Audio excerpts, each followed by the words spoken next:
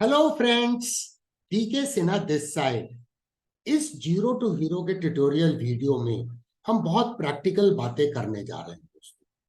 जो घटना मेरे साथ हुई है जब मैं शुरुआत में सीख रहा था, उन्हें मैं आपके साथ शेयर करने जा रहा हूं कि किस तरह से स्टॉक मार्केट में हमें धैर्य चाहिए कंसिस्टेंट प्रॉफिट की दिशा में काम करने। जब मैंने शुरुआत की टेक्निकल एनालिसिस को सीखने की, कई सालों हो गए, तो उस समय पे दोस्तों टेक्निकल एनालिसिस तो मुझे समझ में आने लगी।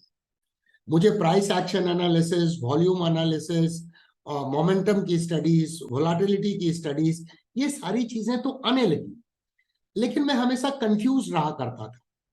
कोई भी रैंडम ट्रेड को मैं मार्केट में ले लेता था और कई बार मैंने प्रॉफिट भी कमाया और अच्छा शानदार प्रॉफिट कमाया, और फिर जम के नुकसान भी कमाया। तो अंत में मेरे दिमाग में बातें आई कि शायद मैं कोई एक प्रॉपर स्ट्रैटेजी को बना के काम नहीं कर रहा हूं और उसमें कंसिस्टेंटली, परसिस्टेंटली काम नहीं कर रहा। और यह कारण है कि हमें प्रॉफिट कंसिस्टेंट नहीं।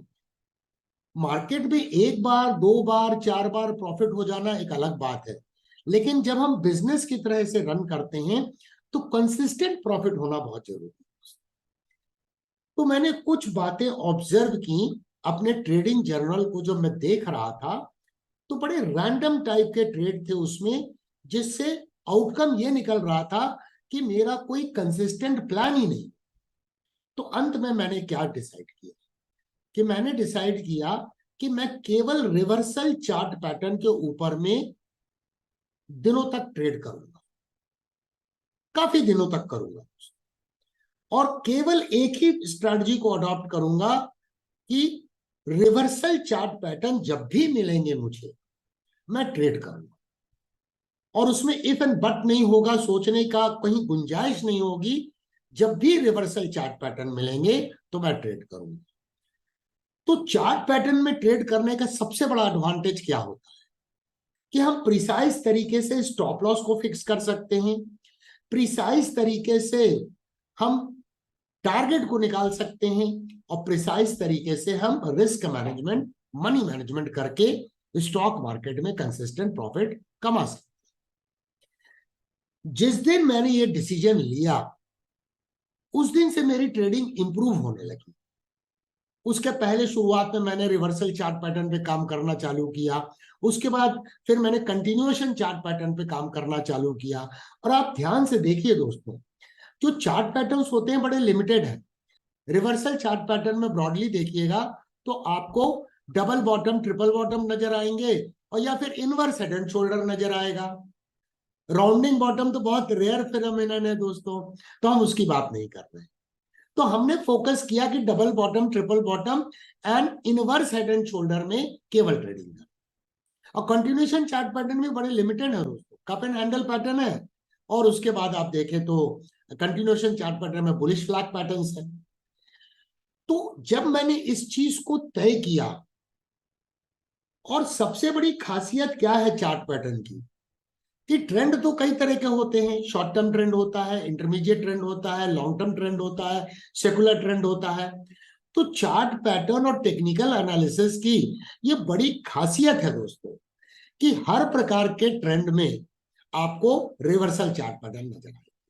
शॉर्ट टर्म ट्रेंड रिवर्स होगा तो भी आपको रिवर्सल चार्ट पैटर्न मिलेंगे। जब इंटरमीडिएट ट्रेंड रिवर्स होगा तब भी उसके अगेंस्ट में चार्ट पैटर्न मिलेंगे, रिवर्सल चार्ट पैटर्न। और जब लॉन्ग टर्म ट्रेंड रिवर्स होगा तो उसमें भी आपको रिवर्सल चार्ट पैटर्न मिलेगा। तो कितना आसान हो जाता है दोस्तों कि अगर हम केवल रिवर्सल चार्ट पैटर्न के ऊपर में ट्रेडिंग करें तो कंसिस्टेंट प्रॉफिट हो सकता है। तो आज इस वीडियो में हम केवल रिवर्सल चार्ट पे पैटर्न के ऊपर में कुछ एग्जांपल्स को प्राइस चार्ट में लेंगे। ये प्रैक्टिकली देखिए तो ये एक बहुत प्रैक्टिकल सेशन है, क्योंकि बहुत सारे लोग आप में से भी होंगे जो स्ट्रगल कर रहे होंगे स्टॉक मार्केट में कंसिस्टेंट प्रॉफिट करने के लिए। क्या फर्क पड़ता है दोस्तों अगर हमने केवल रिवर्सल चार्ट पैटर्न पे पैसे कमाए, तो हमारे पास जो पैसे आते हैं प्रॉफिट के, उसके ऊपर में नहीं लिखा रहता है कि हमने कौन सी बुद्धिमानी लगाई। उसमें उसमें लिखा नहीं रहता है कि रिवर्सल चार्ट पैटर्न से पैसे कमाए और या फिर कंटिन्यूएशन चार्ट पैटर्न से कमाए। उद्देश्य क्या है मार्केट में? ट्रेडिंग करना उद्देश्य नहीं है, कंसिस्टेंट प्रॉफिट करवाना एक मेन उद्देश्य है, वो एंड ऑब्जेक्टिव है। अगर वो ऑब्जेक्टिव अचीव नहीं हो रहा है तो कहीं ना कहीं दोस्तों ट्रेडिंग के बिजनेस में हमें होना नहीं चाहिए। तो दोस्तों इस वीडियो को ढेर सारे लाइक कर लीजिए, चैनल को सब्सक्राइब कर लीजिए, बेल आइकन को हिट कर दीजिए नोटिफिकेशन के लिए, ताकि आप हमेशा अपडेटेड रहें। जब मैंने ये डिसीजन लिया कि मैं केवल रिवर्सल चार्ट पैटर्न पे काम करूंगा, तो सबसे पहले मैंने पेन एंड पेपर को उठाया और उसके ऊपर में कुछ उसके रूल्स बनाए। और रूल्स बड़े सिंपल थे दोस्तों, जिन्हें आप अजम्पशंस भी बोल सकते हैं।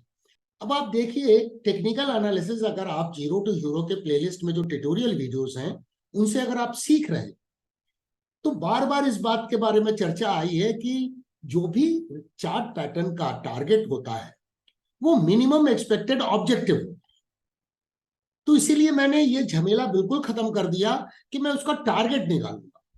टारगेट नहीं निकालूंगा, केवल रिवर्सल चार्ट पैटर्न का ब्रेकआउट देखूंगा और उस पर ट्रेड करूंगा। तो पहली बात हो गई कि मुझे फिक्स्ड प्रॉफिट की दिशा में काम करना था। फिक्स प्रॉफिट से तात्पर्य है मेरा कि अगर मेरा रिस्क जो है 100 रुपए का आ रहा है तो मुझे कम से कम 200 रुपए का प्रॉफिट चाहिए उस पर्टिकुलर ट्रेड में। तो इस तरह से मैंने फिक्स्ड टारगेट बेस पे काम करना चालू किया। मैंने बॉदर नहीं किया कि वो इनवर्स हेड एंड शोल्डर का टारगेट क्या निकल रहा है, क्योंकि टारगेट तो मिनिमम एक्सपेक्टेड ऑब्जेक्टिव है। दूसरा इंपॉर्टेंट क्या था कि एंट्री को प्रिसाइज तरीके से डिसाइड करना, ये एक चैलेंज था, क्योंकि फॉल्स ब्रेकआउट भी होते हैं। तो फॉल्स ब्रेकआउट को हम हमेशा तो अवॉइड नहीं कर सकते, ये हम सभी जानते हैं, लेकिन उसे मिनिमाइज कर सकते हैं कि उसकी लार्ज एक्सटेंट तक हम उस फॉल्स ब्रेकआउट को अवॉइड कर सकते हैं। तो हमने क्या किया कि जो ब्रेकआउट कैंडल होगी उसके ऊपर में जो हाई होगा, उस ब्रेकआउट कैंडल का जो हाई होगा उसके ऊपर में 15 पैसे ऊपर में मैं बाई का ऑर्डर डालूंगा। अब दोस्तों 15 पैसे ऊपर क्यों? क्योंकि मैं नॉर्मली इंडियन स्टॉक मार्केट में आप देखेंगे किसी स्टॉक का टिक साइज क्या होता है, 5 पैसे का होता है। तो मैंने 3 टिक साइज को एक एक जस्ट देखा कि अधिकतर टाइम ये काम करता है, तो मैंने 15 पैसे ऊपर सोचा। ये बाद में जो मल्टीप्लाइंग फैक्टर की बात आपके चैनल में आई, ये बाद में आई दोस्तों, जब मेरे एक मित्र ने मुझे बताया कि अनबायस तरीके से, क्योंकि हर स्टॉक की प्राइस अलग अलग होती है, अगर हम मल्टीप्लाइंग फैक्टर यूज करते हैं जो आपको सिखाया गया है 1.0033 को मल्टीप्लाई कर दीजिए ब्रेकआउट कैंडल के हाई के ऊपर में, वो आपकी प्रिसाइज एंट्री प्राइस है। ये तो बात की बात है, लेकिन शुरुआत में जब मैं इसको डिसीजन लिया था कि रिवर्सल चार्ट पैटर्न पे ट्रेड करूंगा, तो मैं 15 पैसे ही सिर्फ ऊपर डालता। अब दोस्तों फिक्स टारगेट वाली बात हो गई, लेकिन एक चीज मैंने ये शुरू से अपने एस्पेक्ट में रखा है कि रिस्क मैनेजमेंट के लिए पोजीशन साइजिंग बड़ी क्लियर होनी चाहिए। अगर मैंने डिसाइड किया है कि 2% ऑफ माई ट्रेडिंग कैपिटल से ज्यादा मैं रिस्क नहीं लूंगा, तो 2% ट्रेडिंग कैपिटल, जैसे 5 लाख अगर ट्रेडिंग कैपिटल है तो 2% उसका हो गया 10,000 रुपए। तो किसी भी ट्रेड में मुझे 10,000 रुपए से ज्यादा नुकसान नहीं होना चाहिए। ये मैंने शुरू से डिसीजन लिया, क्योंकि दुनिया भर के एक्सपीरियंस लोगों का क्या कहना है, रिस्क मैनेजमेंट 1% से लेकर 2% के रेंज में पर ट्रेड किया जाता है। 2% से ऊपर तो best of the people they do not do. तो मैंने एक डिसीजन ये लिया कि प्रॉपर पोजीशन साइजिंग करूंगा और हायर विनिंग रेट आना चाहिए। उसके लिए 2 बातें बड़ी इंपॉर्टेंट थी जो मैंने अपने ट्रेडिंग प्लान का हिस्सा बनाया। नंबर 1 हिस्सा जो बनाया कि मैं तब तक ट्रेड से बाहर नहीं निकलूंगा जब तक या तो स्टॉप लॉस ट्रिगर होगा तो लॉस को बुक करके निकलूंगा, और अगर टारगेट हिट होगा तो प्रॉफिट बुक करके निकलूंगा। तो एंट्री करते समय मुझे नहीं पता था कि ये ट्रेड प्रॉफिट होगा या नुकसान होगा। केवल मेरे पास थॉमस एंड बुल्कॉस्की के स्टैटिस्टिकल डेटा था कि majority of the chart pattern का जो सक्सेस रेट आता है वो 65 to 68% आता है। तो अगर हम 1:2 के रिस्क रिवार्ड पे काम कर रहे हैं तो 65% 68% बहुत अच्छा विनिंग रेट है, एक अच्छे प्रॉफिट को कमाने के लिए स्टॉक मार्केट में, स्टॉक ट्रेडिंग। दूसरा कि मेरी विनिंग रेट अच्छी आए और मार्केट की वोलेटिलिटी में मेरा ट्रेड खराब ना हो, तो उसके लिए मैंने तय किया कि मैं ऐसे स्टॉक में ट्रेड करूंगा जिसका 1 ईयर का बीटा 1 या उससे कम है। तो इससे दो बातें इंश्योर हुई, एक कि एक रिवर्सल चार्ट पैटर्न में ट्रेड करने में फिक्स टारगेट में मैं निकलूंगा, और दूसरा कि मैं बाहर तभी निकलूंगा जब टारगेट हिट होगा या स्टॉप लॉस हिट होगा। और तीसरा, मैंने जैसे ही सेलेक्ट किया लो बीटा स्टॉक जिसमें वोलेटिलिटी कम है, तो रिस्क को पहले दिमाग में रखना है किसी भी ट्रेडिंग बिजनेस में। तो अगर मैंने लो वोलेटिलिटी स्टॉक पकड़ा तो थोड़ी संभावना तो जरूर कम हो जाती है कि आपके स्टॉप लॉस अगर सही तरीके से लगाए गए हैं, टेक्निकली करेक्ट स्टॉप लॉस है, तो उसके हिट होने की संभावना कम हो जाती है। इन अजम्पशंस को मैंने एक कागज के ऊपर में लिखा, पेन एंड पेपर का इस्तेमाल किया, और फिर मैंने तय किया अब ये मेरी गाइडलाइंस है जो मैंने तय की है। अगर इन गाइडलाइंस को मैं तोड़ता हूं तो मैं अपने आप को पिनलाइज करता हूं, और इस तरह से मैं फिर रिवर्सल चार्ट पैटर्न पर ट्रेडिंग करता चला गया। तो चलिए कुछ एग्जांपल लेते हैं प्राइस चार्ट के ऊपर में, कि अगर हमने किसी एक स्टॉक को पकड़ लेते हैं और उस स्टॉक के ऊपर में जब भी रिवर्सल चार्ट पैटर्न मिले, भले वो शॉर्ट टर्म ट्रेंड के अगेंस्ट मिले या इंटरमीडिएट ट्रेंड के अगेंस्ट मिले या लॉन्ग टर्म ट्रेंड के अगेंस्ट मिले, हम उसमें ट्रेडिंग डिसीजन लेंगे और ये रूल जो है फिक्स टारगेट की उसे अप्लाई करेंगे और प्रॉपर तरीके से पोजीशन साइजिंग करेंगे ताकि रिस्क को हम मैनेज कर सकें। इन एग्जांपल्स को लेते हैं, 5 ट्रेड अगर हम करते तो उसका आउटकम क्या होता। तो दोस्तों वीडियो को लाइक करना नहीं भूलिएगा। अब ये देखिए एशियन पेंट्स का डेली टाइम फ्रेम में प्राइस चार्ट। इस जगह पे ध्यान से देखिए, ये शॉर्ट टर्म में डाउन ट्रेंड में आया था, और ये शॉर्ट टर्म में जब डाउन ट्रेंड में था तो इसका जो लॉन्ग टर्म ट्रेंड है, इंटरमीडिएट ट्रेंड है, वो बुलिश था। जैसा हमने शुरू में भी बोला कि हमको रिवर्सल चार्ट पैटर्न हर प्रकार के ट्रेंड के अगेंस्ट में मिलेंगे। तो शॉर्ट टर्म में ये डाउन ट्रेंड था, तो यहां देखिए डबल बॉटम बना, और ये डबल बॉटम का जो अपेक्स था यहां था, जिसका ब्रेकआउट इस जगह पे इस कैंडल पे हुआ। अब जैसे ही ये कैंडल का ब्रेकआउट हुआ तो हमने रूल क्या बनाया था कि ये ब्रेकआउट कैंडल का जो हाई है वो उसके 15 पैसे ऊपर हम अपना buy limit stop order, GTT order create करते। तो उस कैंडल का हाई क्या था, 1451.95। तो यहां पर देखिए 1452.1 पे हमारी एंट्री नेक्स्ट डे ही ट्रिगर हो गई। हमने मार्केट क्लोज हुआ और उसके बाद बाय लिमिट स्टॉप ऑर्डर डाल दिया, तो अगले दिन जैसे ही मार्केट खुला वो एंट्री हमारी ट्रिगर हो गई। अब यहां पर देखिए लॉजिकल स्टॉप लॉस क्या होगा। एक लॉजिकल हो सकता है कि ये जो हॉरिजॉन्टल लाइन है जो पहले यहां रेजिस्टेंस थी, एक सपोर्ट हो सकती है, तो इससे 1 ATR नीचे हम अपने स्टॉप लॉस को रख सकते हैं, 1 ATR नीचे। या दूसरा क्या हो सकता है, 1 ATR नीचे या प्रायर स्विंग लो। तो प्रायर स्विंग लो कहां है, इस जगह पर है। तो हमारा स्टॉप लॉस हो गया 1321 पे, हमारा स्टॉप लॉस हो गया। तो अब हमें क्या मिला, हमारी एंट्री प्राइस प्रिसाइज तरीके से मिल गई और स्टॉप लॉस प्रिसाइज मिल गया। तो अब हमें पता लग गया कि इस ट्रेड को अगर हम लेंगे तो हमारा रिस्क क्या है। हमारा रिस्क बहुत सिंपल है, बाइंग प्राइस और स्टॉप लॉस का जो डिफरेंस होगा वो हमारी आर की वैल्यू होगी, रिस्क की वैल्यू होगी पर शेयर। और हमारा टारगेट क्या हमने निकाला कि ये जो आर की वैल्यू निकलेगी हमारी, difference between buying price and stop loss, इसमें हम 2R ऐड कर देंगे और ये हमारा टारगेट निकल जाएगा। जो एंट्री प्राइस है उसमें 2R हम ऐड कर देंगे। हम इसका डबल बॉटम का टारगेट नहीं निकाल रहे, हम फिक्स टारगेट पे काम कर रहे हैं ताकि हम इंश्योर करें कि जब प्रॉफिट हो तो कम से कम 2R का प्रॉफिट हो और लॉस हो तो सिर्फ 1R का लॉस हो। अब यहां पर देखिए ये टारगेट यहां पर अचीव, हमने यहाँ 24 जुलाई को एंट्री की और 23 सितंबर को ये हमारा टारगेट निकल गया। हमने अपने टर्मिनल पे जीटीटी ऑर्डर डाल के रखा था, स्टॉप लॉस टारगेट सब कुछ डाल दिए थे, वो ट्रिगर हो गया, हमारा ये ट्रेड सफल हो गया, हमने 2R का प्रॉफिट कमा लिया। अब यहां पर हमें इंतजार रहेगा फिर कोई रिवर्सल चार्ट पैटर्न का।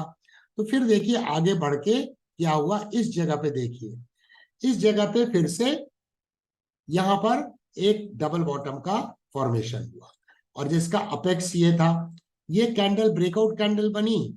तो इस ब्रेकआउट कैंडल का हाई के ऊपर में हमने यहाँ एंट्री ट्रिगर हो गई 1844.15 और स्टॉप लॉस कहाँ होगा 1 ATR नीचे इससे, क्योंकि ये पहले जो रेजिस्टेंस था अब ऑब्वियसली ब्रेकआउट के बाद में सपोर्ट हो जाएगा। तो 1 ATR नीचे, ताकि मार्केट की वोलेटिलिटी को हम कंसीडर कर सकें और हमारा मार्केट की वोलेटिलिटी में, मार्केट की इंट्राडे शॉर्ट टर्म वोलेटिलिटी में हमारा स्टॉप लॉस ट्रिगर नहीं होना चाहिए। और यहाँ पर प्रीवियस स्विंग लो क्या था, तो प्रीवियस स्विंग लो था, विच एवर लोअर आएगा वो हमारा स्टॉप लॉस होगा। तो हमारा स्टॉप लॉस हो गया 1734। अब ये देखिए हमने क्या किया, हमारा इसमें रिस्क कितना आ रहा था, हमारा स्टॉप लॉस बहुत छोटा आ रहा था हमारी एंट्री प्राइस से। तो हमारा यहाँ रिस्क क्या हुआ, हमारी एंट्री प्राइस यहाँ थी और स्टॉप लॉस यहाँ था, ये हमारी आर की वैल्यू हो गई। ये आर की वैल्यू हो गई, मतलब रिस्क पर शेयर हम जो ले रहे हैं। अब यहाँ पर आगे बढ़िए, इसको 2R को खाली हमको ऐड कर देना है बाई प्राइस में। तो हमारा टारगेट यहाँ निकल के आ रहा था 2064। ये टारगेट देखिए कब अचीव हुआ, ये टारगेट फाइनली अचीव हुआ यहाँ पर जाके, यहाँ पर ये टारगेट अचीव हो गया। फिर हमारा प्रॉफिट हो गया 2R का। इस तरह से हम केवल रिवर्सल चार्ट पैटर्न को, अभी तक हमने डबल बॉटम चार्ट पैटर्न को देखा, अब इस जगह में देखें, फिर यहाँ पर शॉर्ट टर्म में ये डाउन ट्रेंड में आया और यहाँ पर देखिए एक इनवर्स हेड एंड शोल्डर बना, लेफ्ट शोल्डर है, हेड है, राइट शोल्डर है, यहाँ ब्रेकआउट हुआ, ये इसकी नेकलाइन थी। जैसे ही ये ब्रेकआउट हुआ तो ब्रेकआउट कैंडल के हाई के ऊपर में 15 पैसे हमने डाला। तो यहाँ पर देखिए हमारा बाई लिमिट स्टॉप ऑर्डर क्या आया 2464.45। लेकिन अगले दिन क्या हुआ कि ये कैंडल गैप अप खुली, तो ये हमारा एंट्री ट्रिगर नहीं हो पाई। तो हमें जल्दीबाजी नहीं करना है कि प्राइस भाग रही है उसका पीछा करते हैं, ये गलतियां कभी नहीं करनी है। हमें अपने भाव पे अगर स्टॉक मिलेगा तो हम ट्रेड करेंगे, नहीं तो उस ट्रेड को छोड़ देंगे। हुआ क्या दोस्तों, प्रिसाइजली 3 दिन के बाद ये देखिए प्राइस वहां पे आई और ये हमारा एंट्री जो प्राइस था जीटीटी ऑर्डर, जो अब रेगुलर ऑर्डर बन चुका था, वो ट्रिगर हो गया।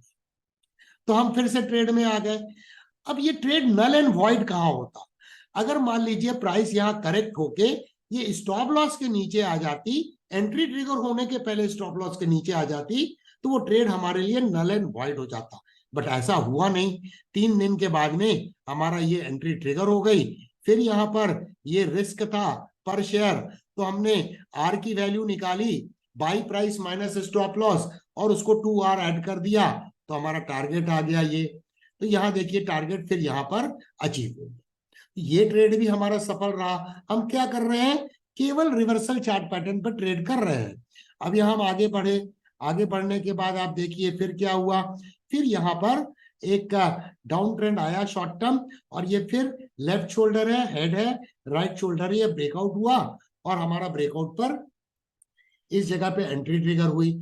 और इसके आधार पे अगर हम देखें तो स्टॉप लॉस कहाँ आएगा, ये राइट शोल्डर के जस्ट नीचे आएगा स्टॉप लॉस। तो हमारा स्टॉप लॉस था 2975, लेकिन आर की वैल्यू क्या थी, ये थी आर की वैल्यू। एंट्री ब्रेकआउट कैंडल के हाई के ऊपर में होगी, वो एंट्री ट्रिगर भी हो गई।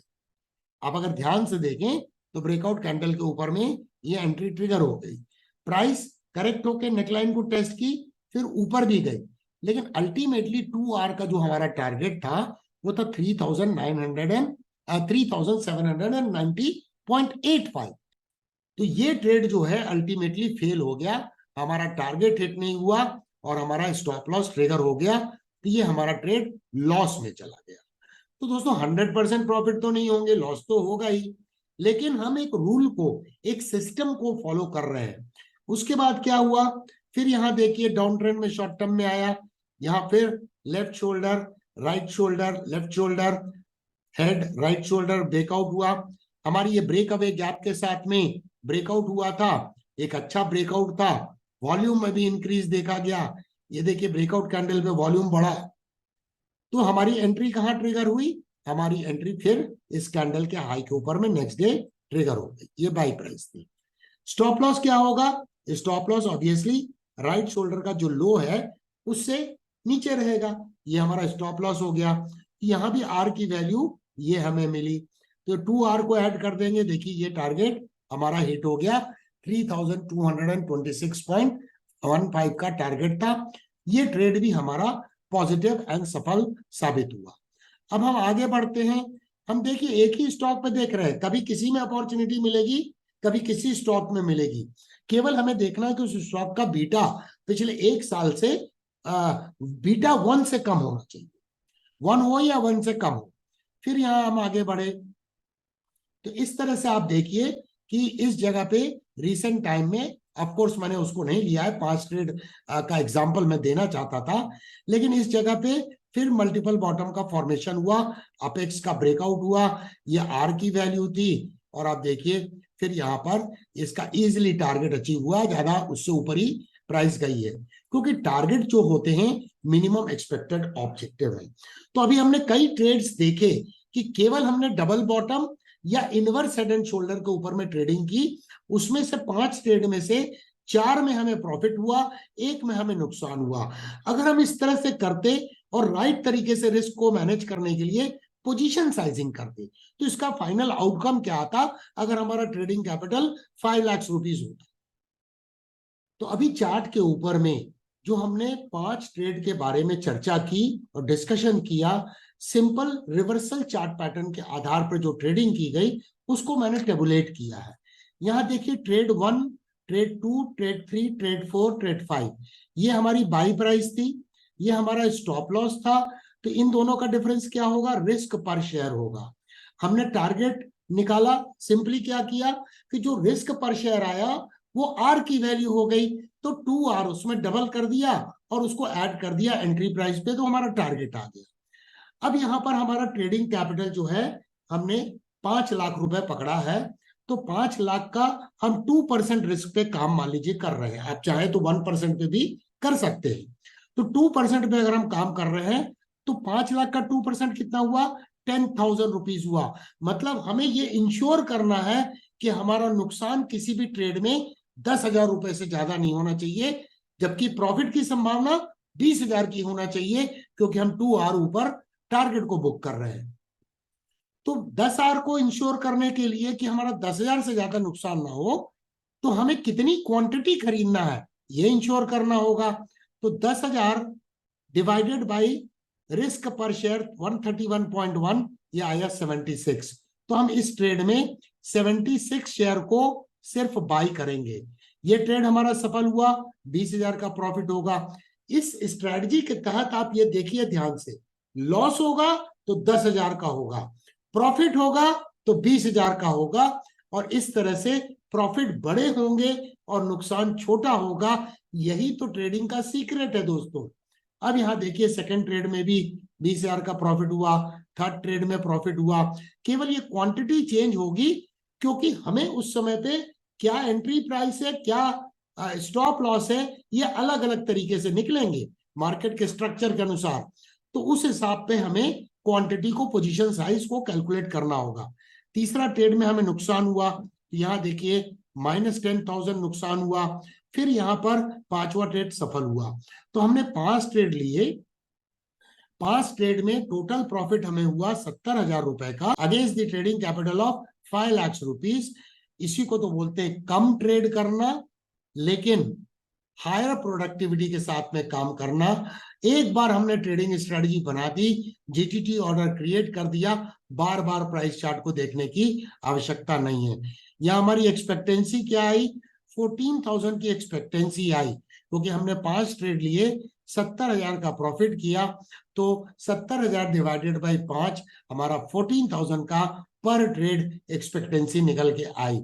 तो ऑफकोर्स ये सैंपल साइज बहुत छोटा है, 5-10 ट्रेड, इवन 20 ट्रेड भी बहुत कम होते हैं। जब तक आपके ट्रेडिंग जर्नल में 100 ट्रेड नहीं होते हैं, तब तक आप ये कहना मुश्किल है कि आपकी विनिंग रेट क्या आ रही है, आपका एक्सपेक्टेंसी क्या निकल के कैलकुलेट होके आ रहा है। इसीलिए मैंने बार बार चैनल के ऊपर में ट्यूटोरियल वीडियो में भी बोला है कि कम अमाउंट से करें, लेकिन 100 ट्रेड का डेटा आपके ट्रेडिंग जर्नल में आना चाहिए। जब आप एंटर करें तो सारा कुछ एंटर करें कि कौन सी स्ट्रैटेजी के तहत आप एंटर कर रहे हैं, आपने क्या क्या कॉन्फ्लुएंस चार्ट पे देखे हैं, और उसके बाद प्रॉफिट बुक किया है। तो कहीं ऐसा तो नहीं है कि टारगेट के पहले डर से आप निकल गए हैं और इसलिए टारगेट छोटे आ रहे हैं और प्रॉफिट जो है वो कम हो रहा है, सिकुड़ रहा है प्रॉफिट, और रिस्क जो है वो तो कांस्टेंट रहा दोस्तों, क्योंकि स्टॉप लॉस वो फिक्स है, आर की वैल्यू वो फिक्स है। तो दोस्तों ये सिंपल ट्रेडिंग स्ट्रैटेजी, कई बार हम सब्जेक्ट को कॉम्प्लिकेटेड कर देते हैं। अगर हमने केवल चार्ट पैटर्न के आधार पर ही ट्रेडिंग की तो क्या फर्क पड़ता है दोस्तों? उद्देश्य तो है प्रॉफिट कंसिस्टेंटली कमाना, ना कि ट्रेडिंग करना। दोस्तों ढेर सारे लाइक कीजिए इस वीडियो को, शेयर कीजिए, चैनल को सब्सक्राइब कीजिए, बेल आइकन को हिट कर दीजिए नोटिफिकेशन के लिए, ताकि आप हमेशा अपडेटेड रहें। देखने के लिए धन्यवाद। फिर मिलेंगे दोस्तों अति शीघ्र।